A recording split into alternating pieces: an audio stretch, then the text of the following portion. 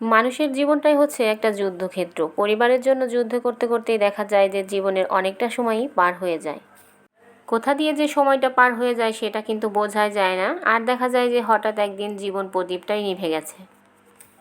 এটাই হচ্ছে মানুষের জীবন, আর মানুষের জীবনে এটাই হবে, এটাই স্বাভাবিক, আর এটা মেনে নেওয়া ছাড়া আর কোনো রাস্তা বা পথ কোনোটাই নেই। হ্যালো এভরিওয়ান, আসসালামু আলাইকুম। সবাই কেমন আছেন? আশা করি সবাই ভালো আছেন এবং সুস্থ আছেন।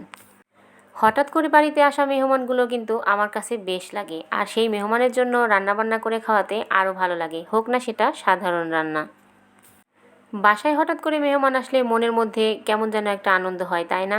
আর এই যে তাদের জন্য ছোটোখাটো যেতটুকুই আয়োজন করি না কেন, বেশ আনন্দ আর মনের মধ্যে খুশি নিয়েই কিন্তু করতে হয়।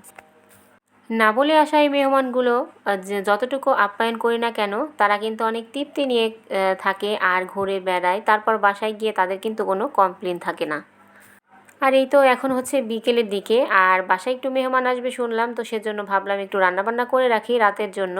আর এই তো আমি এখানে একটু গরুর মাংস রান্না করে নিতেছিলাম, আর আজকে গরুর মাংসটা একটু কষিয়েই রান্না করব। অনেকেই তো অনেকভাবে রান্নাবান্না করে, তো যে যেভাবে করে তার কাছে সেটাই ভালো লাগে। আর এই যে হাতে মেখেও আমি রান্না করি, আর আজকে যেহেতু অনেকটা সময় আছে হাতে, তো ভাবলাম একটু কষিয়ে রান্নাটা করে নেই। আর এই তো মশলাটা কষিয়ে মাংসটা দিয়ে আমি একটু কিন্তু পানি দেই নাই, কারণ গরুর মাংসের মধ্যে পানি ওঠে, আর এই হালকা পানিটা দিয়ে আমি মাংসটা কিছুক্ষণ কষিয়ে নেব। এতে করে রান্নাটাও বেশ ভালো হয়, কালারটা অনেক সুন্দর আসে, আর খেতেও কিন্তু ভীষণ মজার হয়। আমি মাংসে কোনো পানি ব্যবহার করিনি, কিন্তু এই যে মাংসে কিন্তু অনেকটা পরিমাণে পানি উঠে গেছে। তো এই যে এটা দিয়ে আমি কিছুক্ষণ কষিয়ে নিয়েছিলাম ঢাকনা দিয়ে ঢেকে, তারপর এর মধ্যে আস্তে একটু কাঁচামরিচ দিয়ে দিলাম। আর এই যে কাঁচা ঝালটা মাংসের সঙ্গে খেতে বেশ ভালোই লাগে, সেজন্য আর কি দেয়া।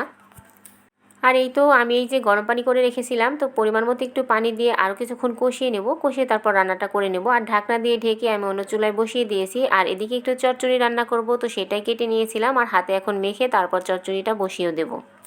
আলু বেগুনের সঙ্গে কাঁচামরিচ পেঁয়াজ কেটে নিয়েছিলাম একসঙ্গে, তো সেটা একটু ধুয়ে নিয়েছি। আর এখন এই যে পেঁয়ালি মাছ দিয়ে চচ্চড়ি রান্না করব। তো আমাদের বাসায় আজকে যে মেহমান আসবে উনি মাংসের থেকে এই ছোটো মাছটা বেশি পছন্দ করে, তো তার জন্য স্পেশালি এই মাছটা রান্না করা।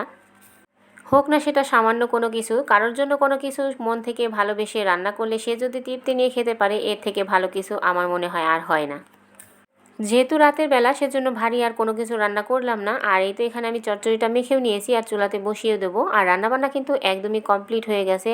আর এই তো আমি এখন টেবিলেও দিয়ে দিতেছি খাবারগুলো। আমি সাদা ভাত করেছিলাম, তার সঙ্গে হচ্ছে এই যে গরুর মাংস, আর এদিকে এই যে পিয়ালি মাছের একটা চচ্চড়ি রান্না করেছিলাম, আর তার সঙ্গে রান্না করেছিলাম মসুরের ডাল। এই গরমের মধ্যে ছোট মাছের সঙ্গে মসুরের ডাল হলে খেতে কিন্তু বেশ মজা লাগে, তাই না? যারা ডাল পছন্দ করে তাদের কাছে খেতে বেশ ভালো লাগে। আর এই তো এদিকে একটু টমেটো, তারপর লেবু দিয়ে একটু সালাদ কেটে নিয়েছিলাম। আর এই যে আজকে রাতের জন্য এগুলোই রান্না করে নিলাম, ছোট মাছের চচ্চড়ি, মসুরের ডাল, গরুর মাংস, আর হচ্ছে সাদা ভাত। তো এইটুকুই আমার আজকের আয়োজন। এই তো রান্নাগুলো কেমন হলো অবশ্যই কমেন্ট করে জানাবেন, আর ভালো লাগলে ছোট্ট একটা লাইক দিয়ে দিবেন, আর চাইলে আমার পেজটাতে ফলো দিয়ে রাখতে পারেন। আর এই তো রাতের জন্য এই খাবারগুলোই রান্না করেছিলাম, আর সবাইকে খেতেও দিয়ে দিলাম, আর সবার খাওয়া দাওয়া হয়েও গেছে। আর এদিকে এই যে আমি আমার খাবারটা বেড়ে নিচ্ছিলাম, এখন হচ্ছে রাতের বেলা।